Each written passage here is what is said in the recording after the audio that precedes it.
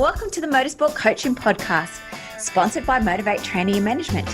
This is a podcast where we talk to drivers and industry experts to help you maximize your performances on and off the track. Let's get started with today's show.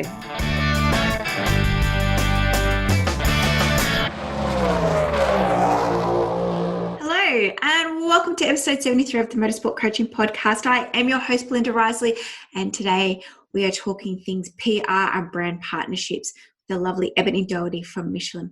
Before we get started in today's show, just a reminder, we do have a free Facebook group called Motorsport Sponsorship, where we cover topics like sponsorship, social media, branding, and public relations. So if you're new to karting, you're lacking funds at the moment, and you just want some ideas around how you can do it yourself, simply head over to our main page at MotiV8T or search Motorsport Sponsorship and come and join our group. Can't wait to see you inside. Before we get started in today's show, just a little bit about Ebony. She's been born and raised in country Victoria by a family who has an extensive history in the automotive industry and a love for old school hot rods. She was determined to forge her own path in the industry. She has over 10 years experience in the automotive and motorsport landscape, including speedway, supercars, and now working with our iconic brand Michelin as the PR and brand membership. Guys, I hope you enjoyed the show as much as I did. Let's get started. Good afternoon, Ebony, and welcome to the Motorsport Coaching Podcast. Thanks, Belinda. Thanks for having me. I've been trying to get you on for about 6 months, really, so I'm glad you found some time. Finally. CV19 happened to us to actually have this conversation. But yeah, you've locked me down because you know where I am. You know I'm at home. I do. I'm really looking forward to telling a story today. For those who don't know you and haven't had the privilege of meeting you, Ebony, tell us a little bit about yourself. So currently I'm in Melbourne working with Michelin. That brand doesn't really need any introduction, and working as their PR and brand partnerships manager. Just someone who has been around motorsport and all things automotive all my life. Yes. And so you've had a great career working in different aspects of motorsports, but you did start off at Fitness First, is that right? Or was there something before Fitness First? Before that. So I guess I'll rewind a little bit for you. My family have had a massive impact on, I guess, my career because they've had a long history in the automotive world. So my mum has worked at Burson Auto Parts for over 25 years now. My dad is a mechanic, builds hot rods and all that sort of thing, and they love all things automotive. So I guess as a kid growing up, we were constantly at racetracks, whether that was out at because we were from Bendigo, so we'd be out at Bagshot watching rally, we'd be at the Speedway, we'd be out at Heathcote Drags, we'd be at Calder Park, Phillip Island. If it had wheels and went fast, we were generally there. And if we weren't at a car racing event of some sort, we're at hot rod shows because I absolutely love their hot rods and still to this day have a few cars in the garage and still get out to a lot of shows.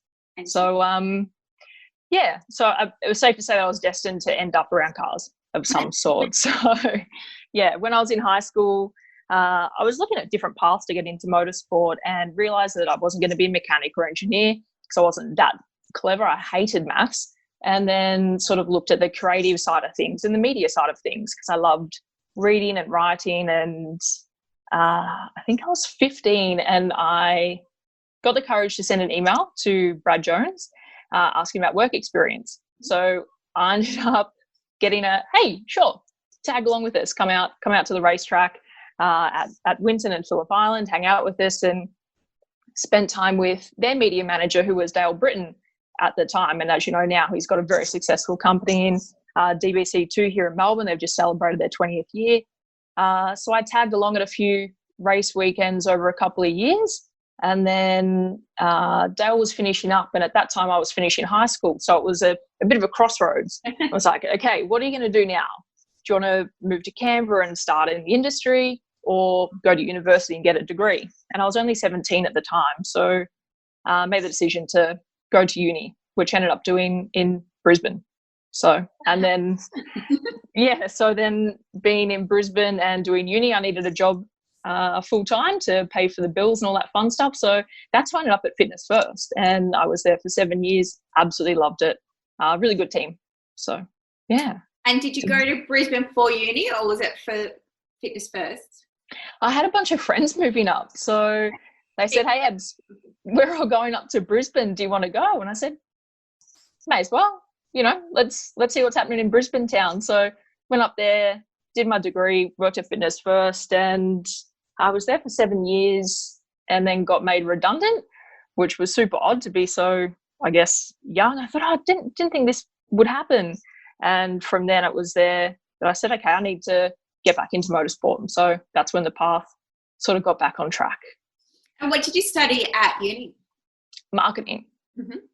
Yeah. So that was some good advice. Again, Dale gave me that advice. He said, if you're studying, what are the different avenues that I could take? And looked at PR, looked at journalism, and it said, if you're thinking long term and what's going to be really good for your career, to get a wealth of knowledge on all things business and sales and consumer behavior, that sort of thing, marketing was the way to go. Yeah, and is that the role you did at Fitness First? I was in customer care there. And I just lost my train of thought. Are you like me? Have you raced before? No. Only go-karts and poorly for fun. Fantastic. That's all right. I used to think I could race. I mean, when I was little, I had a Datsun 120Y that I used to drive around the paddocks at home. So I thought I was a mix of Victor Bray and Rochelle Splat, because we had this really massive, straight line down the side of the house and right down to the end of the paddock. So you'd always absolutely floor it, go as fast as you could and brake as late as you could before hitting the fence and taking out some horses. Well, just talking about the hot rods, I can clearly understand that people love their categories of motorsports, but I do feel like those that love hot rods and drag racing are a completely different fan. Yeah. They're all very connected. I think in all aspects of motorsport, it's one big community. Mm-hmm. That's for sure. Everyone has massive respect for each other, and it's great. Everyone gets along. There's definitely rivalry on the track, but away from the track, It's definitely a big family and a big community. And I think that's what's the best thing about motorsport. Yeah, I think Speedway's got that feel for it as well. Yeah, definitely. Yeah. I love Speedway. I wish it is good. Yeah, definitely. It was a sad day when they shut the Bendigo Speedway down many, many years ago, but luckily there's still a few good tracks. So it's always good to get down to Warrnambool and Avalon when I can and check out the guys there. What about Rushworth? Have you been to the local track here? I haven't been. I have been. Yeah, it's crazy for such a small little town. Rushworth is in the middle of nowhere. Surprisingly, I think it's got a bakery and 2 pubs. I think that's all that's at that town. But somehow they draw people from everywhere to go to their speedway. It's huge. I really need to go. Go and check it out. Once racing's back, Ebony, I'm going to Rushworth Speedway. Yeah, do it. On the off topic of Speedway, it'd be interesting to see what happens in New South Wales with the closure of Parramatta and when they rebuild it down the road, what it's going to look like. Is it going to change the feel, the love?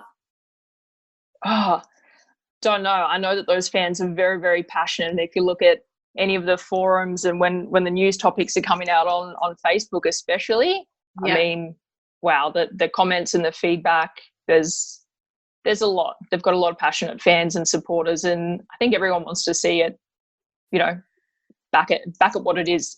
Yeah, because that track's phenomenal. It's not going to happen. as much as we all protest, I really think it's going to be very sad. But hopefully, it is going to make the sport bigger and better for the sake of it, because it is. Yeah. City needs something. Yeah, so back to you. It's all about you today. So we're living in Brisbane. We're doing a marketing course, working at Fitness First. 7 years, you get made redundant, and then what happens next?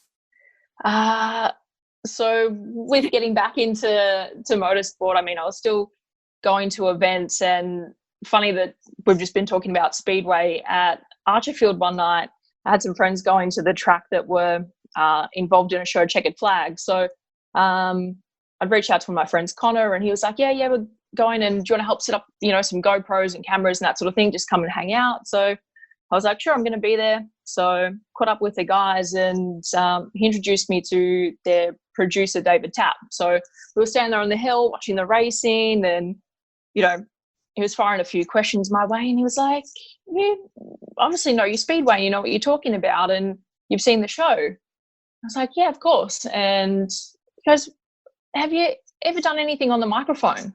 I said, "No." He goes, "Well, I'm going to give you a microphone. Come on, follow me."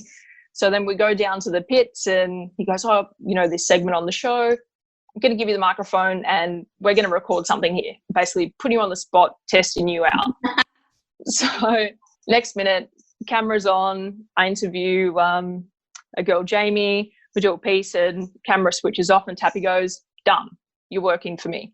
So that opened a door there to do freelance work for him. So I helped out on the Checkered Flag program, shooting a few different speedway events with them, late models, super sedans, dirt modified, speed cars, at a few different tracks, and such good fun. And also writing for Speedway Racing News. So it was a good way to sort of ease back into, what I enjoyed. So, and then from there, I remember I was out of the supercars at Queensland Raceway and I bumped into Brad, and he got there and he goes, "Oh, our media position was up last year." He goes, "I didn't even think to phone you. Give me your details. We'll stay in touch." And then only a couple of months later, he goes, I get a phone call. He goes, "Our media guy's leaving at the end of the year. What do you think about coming to Albury? Do you want to come down and join the team again?" I was like, "Well, yeah, done." So then out of Brisbane to Albury. Did you not consider the weather, Eb? No. It was cold. It was so cold. Yes, and very contrast from Brisbane lifestyle to Albury lifestyle, but you did last there for 5 years. Is that right? Yeah, yep. So just shy of 5 years in Albury town. So very cute little town, very nice, very cold. So it was good. I mean, I felt like my house was a laundry, just somewhere to unpack a bag and repack a bag, being away so much with all the racing. So yeah, it was good. Nice little town. Yeah, it is. It's very quaint. It's very nice. So what was your official role at BJR? So I was the media manager at BJR, and that was looking after all the, diary management for the drivers. So especially over race weekends, just making sure everyone was where they needed to be when they needed to be there, looking after all the social content for the team. So their Facebook pages and Twitter and Instagram, doing the press releases and websites, with the sponsors, liaising with them for, what they needed, and pit tours over race weekends. So just a lot of that behind the scenes organisation. So it was good fun. That's what we want to hear about, and we want to showcase all the different roles are available within motorsport. So, I just glaze over it, but we're really interested to hear about what happens on the other side. So obviously we generally will see people like yourself running around with the drivers, taking them here, there and everywhere. So it'd be fantastic knowing what that name of that position is and what you actually do all weekend. Yeah. So a few teams have multiple people, whether that's a commercial partner, media partner, and everyone thinks it is super glamorous, but the hours are long, they're varied, early mornings, late nights. So that's probably the biggest misconception about it, but it's fantastic. It's definitely an experience, and you learn a lot, get to meet great people, but definitely expect that if you're in the industry, it is hard work and it has its challenges like everything else. So, but that's a good thing about motorsport. If you're passionate about it, you tend to make it work, and you definitely enjoy the time there. So I think the biggest thing is just, making sure you've got the skill set, no matter what job it is. That's super important when you go to start there. That helps. And did your role involve sponsorship and commercial agreements? No, so that was all on Brad and Kim, and they are absolute gurus at it. They're fantastic. I mean, you don't see two blokes on their phone more than them doing deals and looking after the sponsors. So once the deals were set up, they'd sort of pass a few things over to me to help organise and set up, whether we're doing launches and videos and the photos and press releases, and then looking after their guests over race weekends with corporates, etc. So didn't do the initial setup of that, but certainly helped in looking after them. we're more trackside. And so now you've moved across to Michelin. How did that role come up? And did you just get enough of the cold and you wanted or is it a higher position or just more grasp or something? Because obviously with Michelin it includes the motorbikes as well. So tell us a little bit more about your role at Michelin. Yeah, it's definitely a step up from what I was doing and certainly the challenge that I was looking for. I definitely wanted to progress, and from working at BJR and working with some fantastic sponsors like PPG and Timken and the guys at Freightliner, for example, you got a little insight into that corporate world and what the other side might be like. So that really interested me, and I got there and said, righto, I'm going to make the move and get to Melbourne and look for that next opportunity. And it was a long process to get in with Michelin. The interview process took almost a month, and it was something that I really, really wanted. And I know it sounds kind of weird, but I didn't actually tell anyone about it.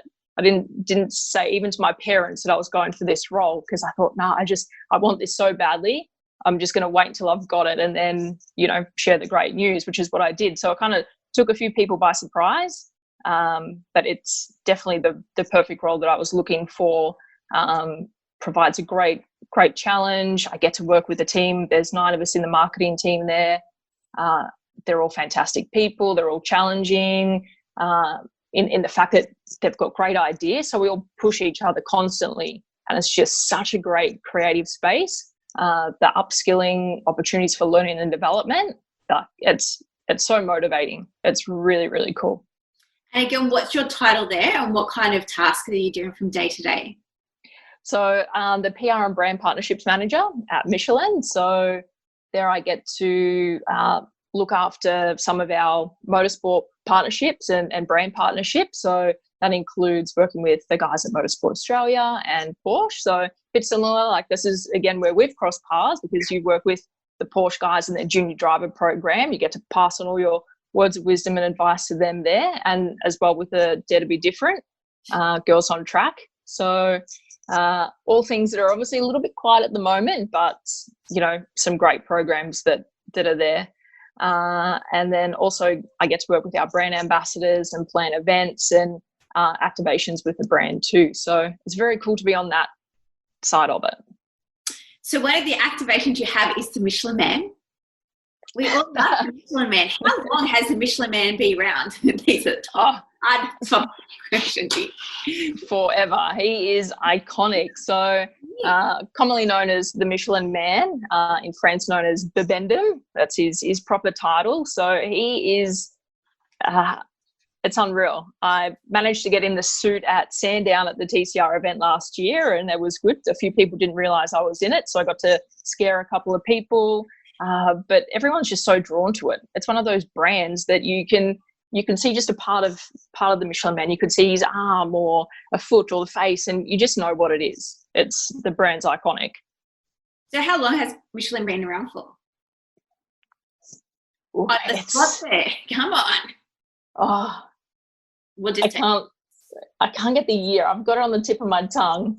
It'll come back to you. It's all right.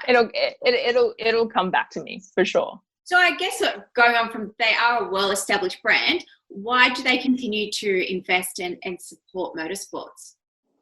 Motorsport, by the way. Pardon? We're very thankful, by the way. Just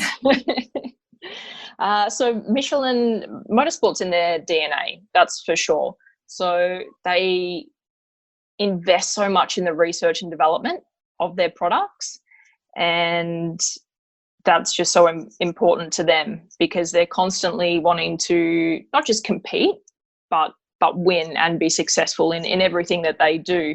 So the motorsport program is a big part of that. So they're involved in great categories such as MotoGP and Formula E, got a big involvement over at Le Mans, and here they obviously support categories like Porsche and TCR as well. So, and do you get to do a work trip to Le Mans? I was set to be over there this year, but the corona's had a little change of plan, so we'll see how we fare next year. And do you get to work internationally with other marketing advisors as well within Michelin? Yeah, so our group's very well connected, and we have a lot of communication with our region. So we're sort of obviously in the Oceania region. So I deal with the team in Thailand quite a bit, and then also direct over in France. So whether it's different events or whether we're talking about influencers, ambassadors, everyone's very great in sharing ideas, sharing content, ideas, that sort of thing. So we're all very connected that way and have lots of different team channels and chats going on to discuss what's coming up, and everyone's all about helping each other to get the best result for the business. Yeah, when you mentioned before about doing activations, and I think one of the biggest benefit of being a sponsor in motorsport is that people don't take advantage of doing activations at the track. Yes, there's a cost and there's a process, like everything, that you need to go through in order to do them. But tell us about some other activations that you've done, whether it been at Michelin or other workplaces, BGR and the other sponsors that you've mentioned today. So people can get some ideas around about activations as opposed to just doing a competition per se.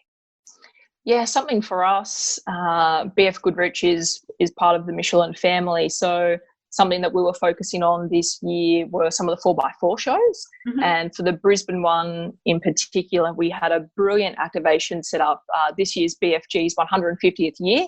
So we had a really great idea in plan for that event. So it's a shame that we may not be able to go through with it now.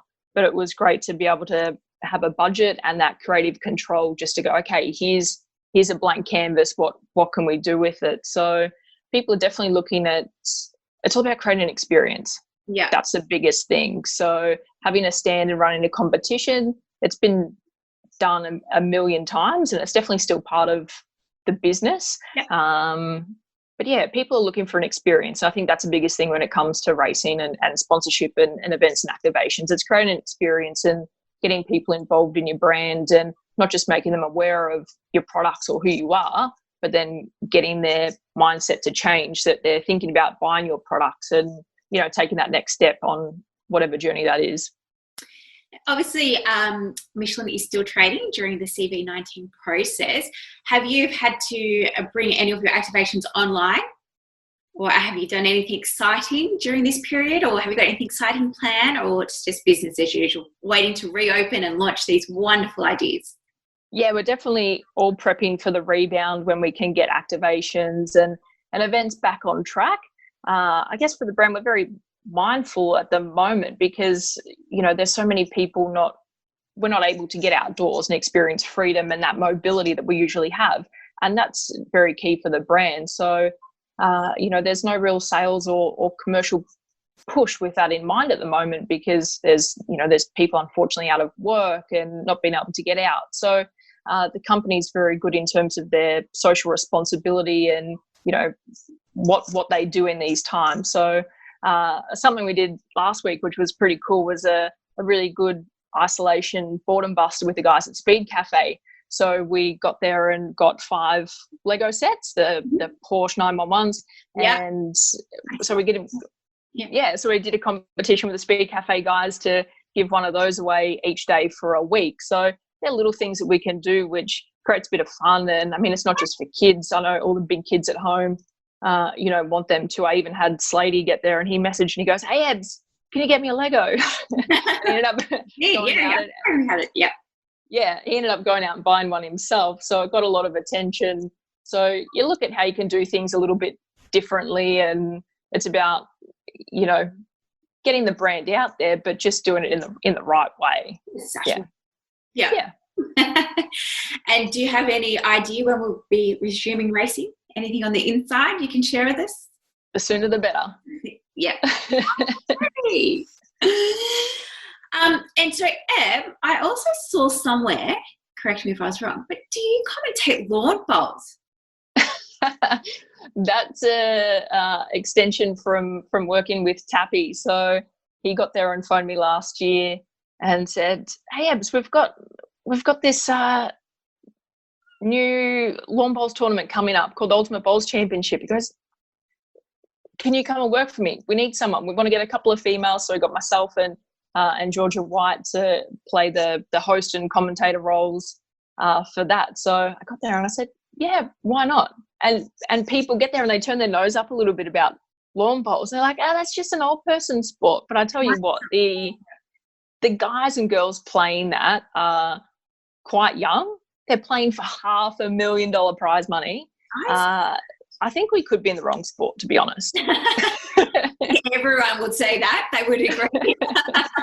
Yeah. So it was something very left of field, but I saw that again as a challenge and a fun opportunity. So I jumped at that.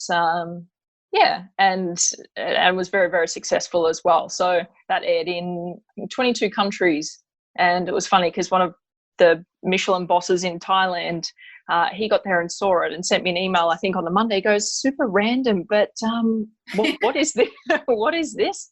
I was like, yeah, side hustle. Yeah. So did you commentate it, or like what was your role during that? I played the host role. So opening and closing the show, doing all the throws to commercial and interviewing a few of the players and that sort of thing. So just that person to piece a few of the parts of the puzzle together. And did you know anything about lawn bowls, or you just wanted the challenge? Only from watching my pa play way back in the day. But the game, this one itself is a whole new concept. So new rules. It's almost like the T20 Big Bash of lawn bowls. All the games are less than 20 minutes. It's what they call their fun, fresh, fast format. So it's good fun, like surprisingly good fun. And so you've been at Michelin now for just over a year? Just less. Less than, yeah. So quick. I know. We'll just say it's May. And you sound very happy. Are you crossing the line to two-wheelers, or are you still happy with the four-wheelers? Still happy with the four wheels for sure. But it is great to be involved in the two-wheel as well. So I've had the chance to meet some fantastic ambassadors we've got already, and I finally got to go to the MotoGP last year. It would just always clash with supercars for some reason.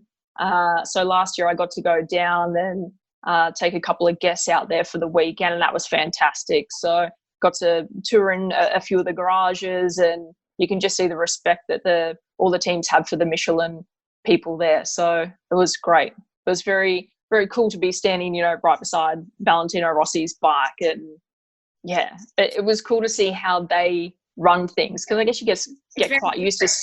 Yeah. You see how the supercar pits work. You see how TCR, like, you get to see that, but then stepping into their world, totally different.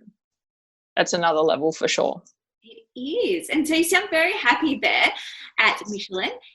Is this the ultimate goal, or have you still got bigger, better grand plans of career? I think they're going to be stuck with me for a while.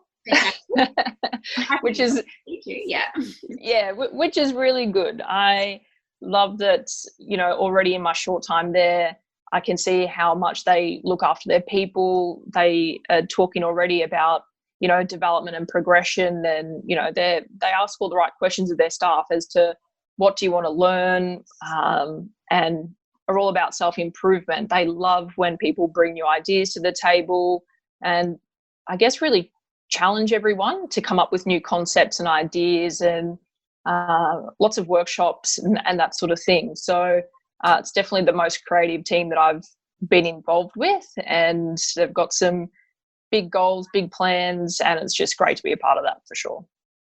And you're home more on the weekends? Yeah, a few more at this stage.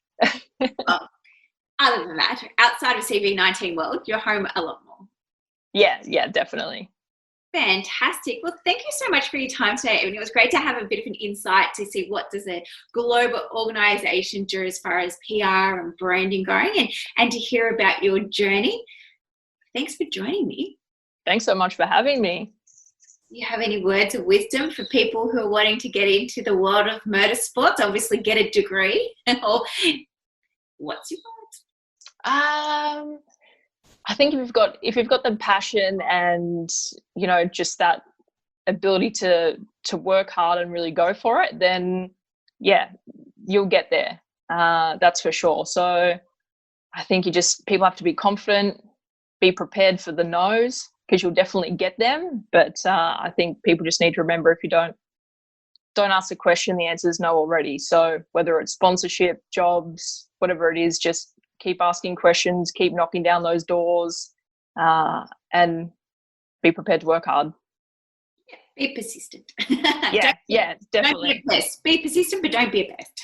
Yeah, definitely. I know there's always the opportunity to upskill and develop yourself. So, yeah. Fantastic. Well, thank you again, Ebony, for coming on and joining us today. Really loved hearing about your story and can't wait to see you at the track soon. Yes, look forward to seeing you soon. Thanks, Eb. Bye. Thanks, Belinda. Well, thanks everyone for listening to this week's show. I really hope you enjoyed that one as much as I did. Now, remember, all the show notes with the links and the specials mentioned in today's show are available over at motiv8training.com.au. If you haven't already, I'd really appreciate it if you could head to iTunes or Stitcher, type in Motorsport Coaching, subscribe, and leave us a review. Each week, I'll read them out and you'll go into a monthly draw to win a fantastic prize. If you have any questions or comments, please email us at motiv8training.com.au or head over to our Facebook page at motiv8t. Until next time, take care.